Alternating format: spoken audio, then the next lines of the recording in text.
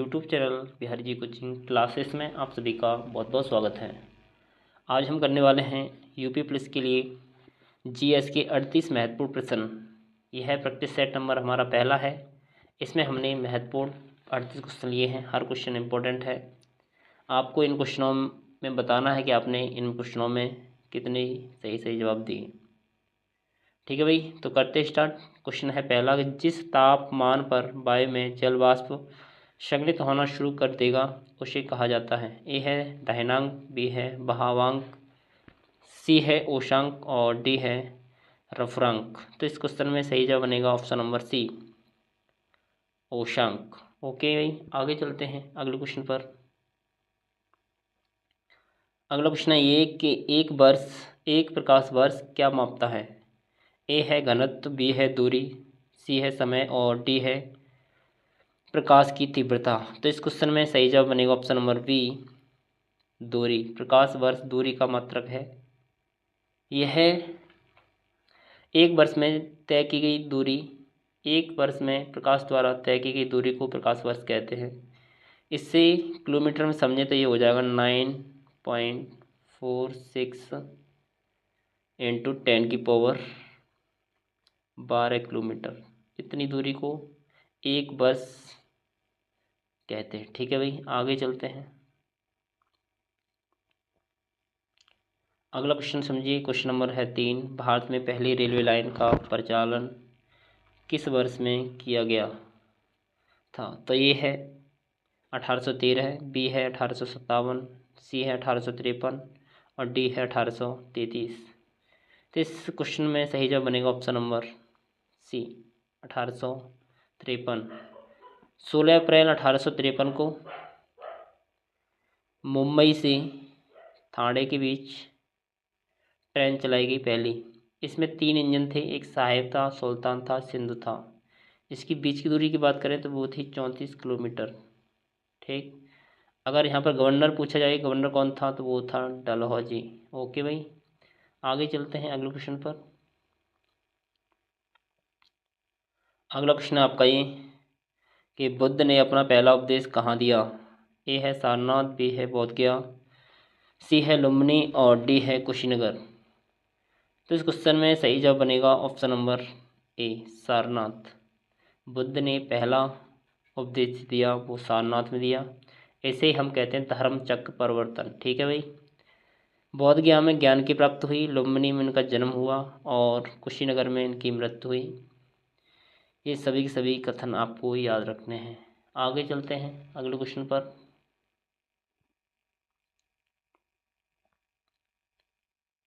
अगला क्वेश्चन है ये कि पूर्व वैदिक काल में समाज के विभाजन का आधार क्या था। ए है धर्म, बी है धन, सी है जन्म और डी है पेशा। तो इस क्वेश्चन में सही जवाब बनेगा पेशा। जो भी पेशा था वह समाज के विभाजन का आधार था। ठीक है भाई, आगे चलते हैं। अगला क्वेश्चन है ये कि ठोस कार्बन डाइऑक्साइड को भी कहा जाता है। तो इस क्वेश्चन में ए दिया गया है गहन जमी बर्फ, शुष्क हिम या कार्बन का समस्थानिक और डी है हिम। तो इस क्वेश्चन में सही जवाब बनेगा ऑप्शन नंबर बी, शुष्क बर्फ को हम कहते हैं कार्बन डाइऑक्साइड, CO2। आगे चलते हैं अगला क्वेश्चन पर। अगला क्वेश्चन देखिए ये है कि अल्फा कण डॉट डॉट आवेशित होते हैं। ए है उदासीन या न्यूट्रल, बी है धनात्मक, सी है शून्य और डी है ऋणात्मक। तो इस क्वेश्चन का सही जवाब बनेगा वो बन जाएगा ऑप्शन नंबर बी, धनात्मक। अल्फा कण धनात्मक आवेशित होता है। ओके भाई, आगे चलते हैं। अगला क्वेश्चन है ये कि जल प्रदूषण की रोकथाम और नियंत्रण अधिनियम किस वर्ष लागू किया गया था। तो इस क्वेश्चन में सही जवाब बनेगा ऑप्शन नंबर सी, 1974 में। ठीक है भाई, ये भी आपको याद रखना है। आगे चलते हैं। अगला क्वेश्चन है कि निम्न में से अकबर की दरबार के मुख्य चित्रकार कौन थे? ए है मीर मुसव्विर, बी है दोस्त मोहम्मद, सी है दसवंत और डी है मीर सैद अली। तो इस क्वेश्चन में सही जवाब बनेगा वो बनेगा ऑप्शन नंबर सी, दसवंत सिंह। यह अकबर के दरबार के मुख्य चित्रकार थे। आगे भाई अगला प्रश्न है ये, लॉर्ड कर्जन द्वारा जारी बंगाल प्रांत को दो भागों में विभाजित करने का आदेश कब दिया गया था? ये ए है 1900 में, बी है 1903 में, सी है 1907 में, डी है 1905 में। तो इस क्वेश्चन में सही जवाब बनेगा 1905, ऑप्शन नंबर डी। 20 जुलाई को घोषणा की गई, ये बात आपको याद रखनी। और 16 अक्टूबर 1905 को बंगाल विभाजन हो गया भाई हैं, यह भी आपको याद रखना है। ठीक है, आगे चलते हैं। अगला प्रश्न ये कि बी.डी. सावरकर द्वारा 1904 में संगठित क्रांतिकारियों का गुप्त समुदाय किस नाम से जाना जाता था? ए है युगांतर, बी है काल, सी है संध्या और डी है अभिनव भारत। इस क्वेश्चन में सही जवाब बन जाएगा ऑप्शन नंबर डी, अभिनव भारत। ठीक है भाई, आगे चलते हैं।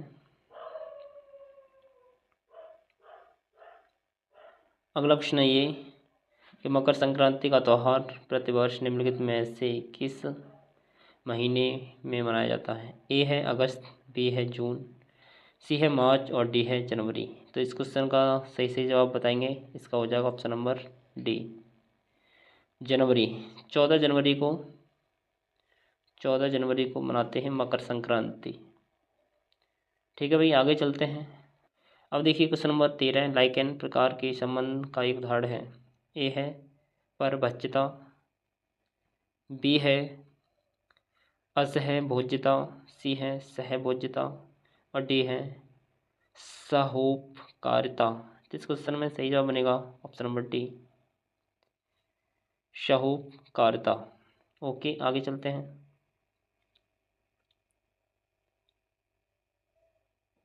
अगला क्वेश्चन है ये कि निम्न में से कौन से सूक्ष्म जीव के कारण प्लेग होता है?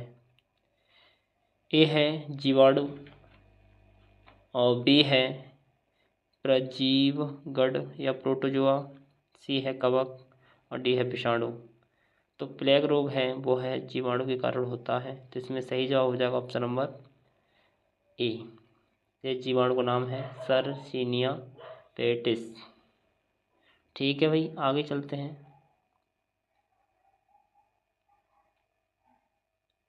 और अगला क्वेश्चन है क्वेश्चन नंबर 15, दिलवाड़ा जैन मंदिर है। ए है माउंट आबू में अरावली पर्वत पर, बी है सिंध के किनारे, सी है खजुराहो में और डी है नीलगिरी पहाड़ियों पर। तो इस क्वेश्चन में सही जवाब बनेगा option number A, mount Abu में अरावली पर्वत पर। यह है जैन मंदिर है। ओके, आगे चलते हैं। अब देखिए 16, भारतीय प्रतिभूति और विनिमय बोर्ड की स्थापना किस वर्ष की गई थी? ए है 1992, बी है 1994, सी है 1991 और डी है 1993। तो इस क्वेश्चन में सही जवाब बनेगा ऑप्शन नंबर ए, 1992 में। तारीख पूछी जाए तो वो है 30 जनवरी। 30 जनवरी, ठीक है, 30 जनवरी को सेबी की स्थापना की गई। आगे चलते हैं। अगला क्वेश्चन है ये कि विश्व में जूट के उत्पादन में भारत का स्थान क्या है? तो इसमें ए है प्रथम स्थान, बी है 10वां स्थान, सी है 15वां स्थान और डी है 5वां स्थान। तो इस क्वेश्चन में सही जवाब बनेगा ऑप्शन नंबर ए, पहला स्थान। जूट उत्पादन में भारत का पहला स्थान है। आगे चलते हैं। अगला क्वेश्चन है ये कि कृषि क्षेत्र में गोल क्रांति का संबंध किससे है? तो ए है मांस, बी है खाद, सी है टमाटर और डी है आलू। तो सिंपल सा क्वेश्चन है, इसमें सही जवाब बन जाएगा ऑप्शन नंबर डी आलू। ओके भाई, आगे चलते हैं। अब देखिए क्वेश्चन नंबर 19 है, भारत के आर्थिक विकास के लिए शहरीकरण किस पंचवर्षीय योजना का उद्देश्य था? 11वीं पंचवर्षीय योजना, बी है 9वीं पंचवर्षीय योजना और सी है 13वीं पंचवर्षीय योजना और डी है 5वीं पंचवर्षीय योजना। तो इस क्वेश्चन में सही जवाब बनेगा ऑप्शन नंबर ए 11वीं पंचवर्षीय योजना। ठीक है, इसका टाइम पूछें तो ये हो जाएगा 2007 से लेकर 2012 तक रही थी। ठीक है, आगे चलते हैं।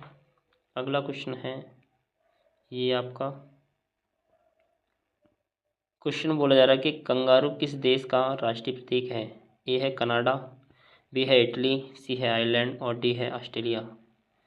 तो ऑस्ट्रेलिया का कंगारू राष्ट्रीय प्रतीक है। ठीक है, आगे चलते हैं। अगला क्वेश्चन है ये आपका कि कौन सा दर्रा सिक्किम को चीन के तिब्बत स्वायत्त क्षेत्र से जोड़ता है? ए है नाथुला, बी है अग हिल दर्रा और सी है चांगला और डी है जोजिला। तो इस क्वेश्चन में सही जवाब बनेगा ऑप्शन नंबर ए नाथुला दर्रा। नाथुला दर्रा सिक्किम को चीन से तिब्बत से जोड़ता है। आगे चलते हैं। अब देखिए क्वेश्चन नंबर 22, निम्नलिखित में से कौन सी नदी डेल्टा नहीं बनाती है? ए है गंगा, बी है नर्मदा, सी है महानदी और डी है कावेरी। तो इस क्वेश्चन में सही जवाब बनेगा option number B Narmada. Narmada नदी डेल्टा नहीं बनाती है। यह भारत में पश्चिम की ओर बहने वाली नदियों में से एक है। एक नदी हमारी ताप्ती है, ये भी पश्चिम की ओर बहती है। गंगा नदी विश्व का सबसे बड़ा डेल्टा बनाती है, उसे हम सुंदरबन का डेल्टा कहते हैं। आगे चलते हैं। अगला प्रश्न ये कि जोग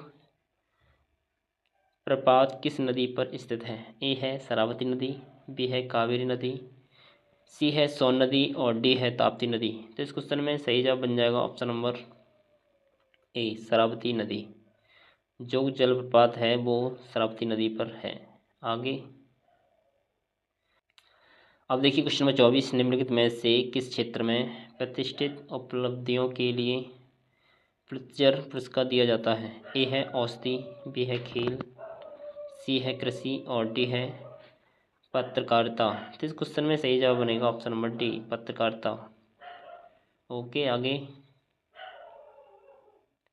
आगे है ये कि ब्यूनस आयर्स किस देश की राजधानी है?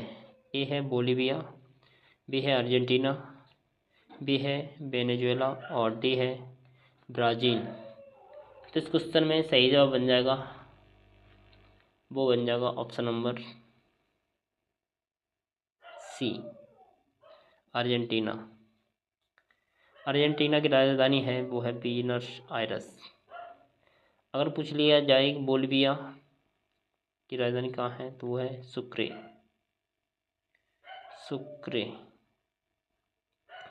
वेनेजुएला की राजधानी है कराकस और ब्राज़ील की राजधानी है ब्राज़ीलिया। ये भी आपको याद रखने हैं।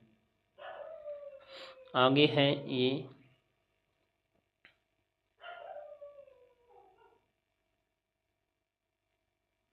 अगला प्रश्न है कि आइंस्टीन को नोबेल पुरस्कार किस खोज के लिए दिया गया था?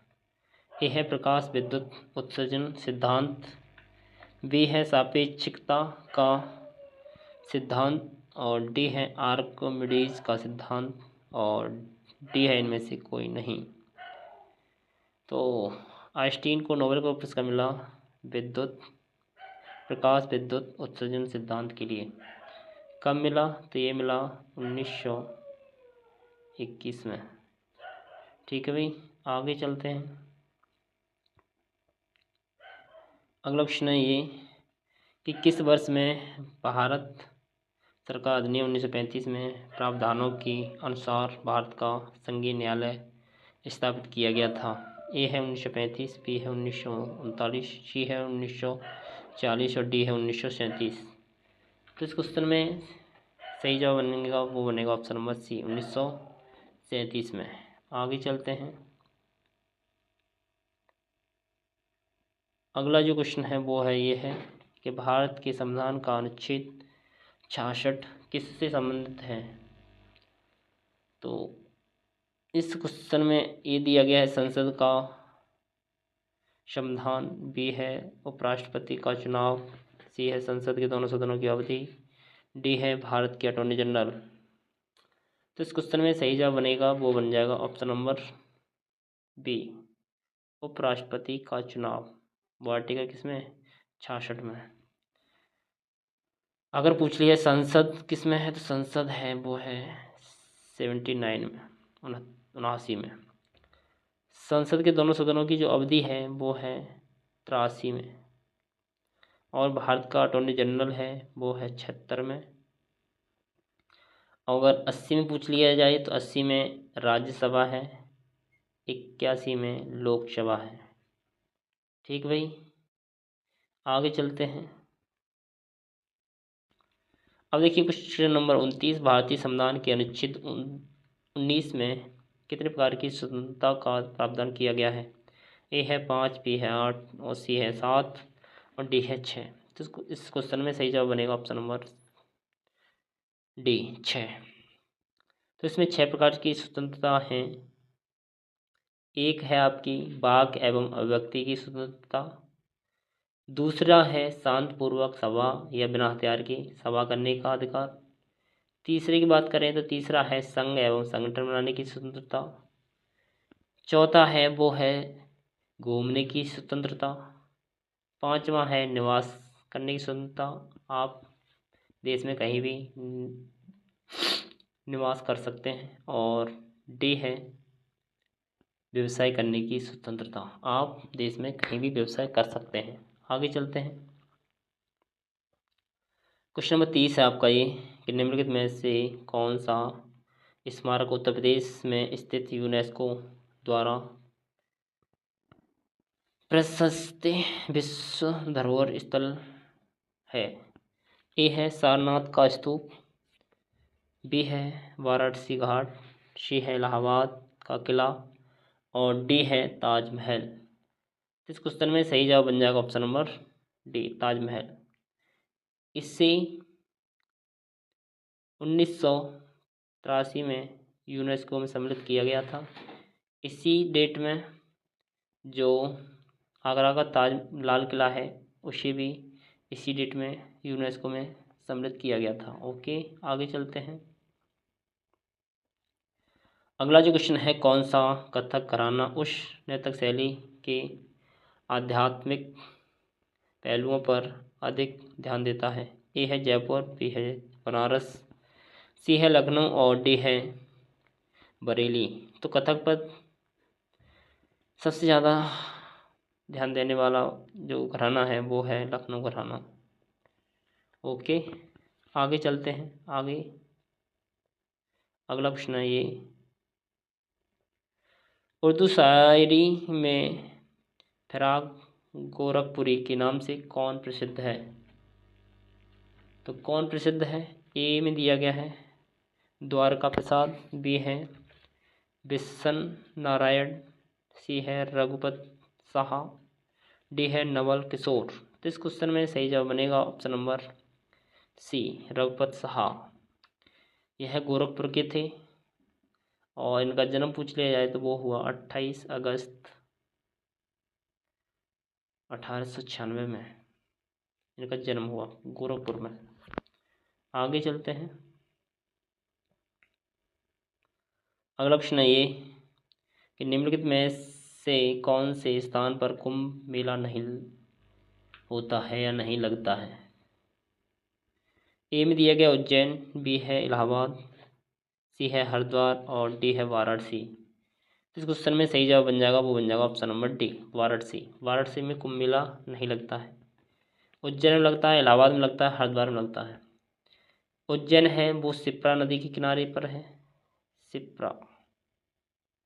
इलाहाबाद 3 नदियां हैं, एक गंगा, जमुना और सरस्वती। हरिद्वार गंगा नदी के किनारे पर है। और देश में एक स्थान पर और मेला लगता है कुंभ का, वो है नासिक। क्या है? नासिक। ये भी आपको याद रखना, नासिक में भी कुंभ का मेला लगता है। यह है नासिक, गोदावरी नदी के तट पर है। किसकी? गोदावरी। ठीक है भाई, गोदावरी नदी के तट पर क्या है? नासिक। आगे चलते हैं। अगला क्वेश्चन है कि उत्तर प्रदेश पुलिस के आधिकारिक ध्वज में 2 रंग होते हैं, एक लाल और ए है हरा, बी है सी है पीला, बी है नीला और डी है नारंगी। इस क्वेश्चन में सही जवाब बनेगा वो बनेगा ऑप्शन नंबर बी, नीला। ओके भाई, आगे चलते हैं। क्वेश्चन नंबर 35 है, उत्तर प्रदेश के निम्नलिखित जिलों में से किसकी सीमा नेपाल से साथ लगती है? नेपाल के साथ लगती है। ए है गोरखपुर, सी है बलिया, बी है महाराजगंज और डी है बस्ती। तो इनमें से किसकी सीमा नेपाल से लगती है? तो इसमें से महाराजगंज की सीमा नेपाल से लगती है। नेपाल से लगने वाले ज़िलों की अगर संख्या पूछ ली जाए तो वो 7 जिला हैं जो नेपाल के साथ सीमा बनाते हैं। अब आगे चलते हैं, वो है अगला क्वेश्चन, वो है आपका ये कि हाल ही में जारी एक रिपोर्ट के अनुसार दुनिया का सबसे महंगा शहर कौन सा है? ए है सिंगापुर, बी है न्यूयॉर्क, सी है बीजिंग और डी है लंदन। इस क्वेश्चन में सही जवाब बनेगा वो बन जाएगा option number A, Singapore. Singapore सबसे महंगा शहर है, उसके बाद लंदन दूसरा सबसे महंगा शहर है। आगे चलते हैं और अगला क्वेश्चन है ये कि भारत की पहली स्वदेशी MRI मशीन का परीक्षण कहाँ किया गया है? एम्स दिल्ली, बी है लखनऊ, सी है मुंबई और डी है कोलकाता। इस क्वेश्चन में सही जवाब बन जाएगा वो बन जाएगा option number A, AIIMS Delhi में। ठीक है, और यह है हमारी क्लास का लास्ट क्वेश्चन है। क्वेश्चन है कि अप्रैल 2025 में सबसे उन्नत लामा 4i मॉडल किसने लॉन्च किया? यह मॉडल किसने लॉन्च किया? ए है मोएटा, बी है यूट्यूब, सी है इंस्टाग्राम और डी है ट्विटर। तो इस क्वेश्चन में सही जवाब बन जाएगा वो बन जाएगा ऑप्शन नंबर ए, मेटा। तो यह थी हमारी आज की 38 महत्वपूर्ण प्रश्न। ऐसे ही हम डेली एक प्रैक्टिस सेट करेंगे, इससे आपकी जो GS का डर है वो ख़त्म होगा और आपको डेली क्लास को लेना है। जो क्वेश्चन आपको याद है उसे छोड़ना है और जो याद नहीं उसे अपनी कॉपी में नोट करते रहना। ठीक है भाई, वीडियो अगर आपको अच्छी लगी हो तो वीडियो को लाइक करें, शेयर करें। वीडियो देखने के लिए आपका धन्यवाद। Thank you.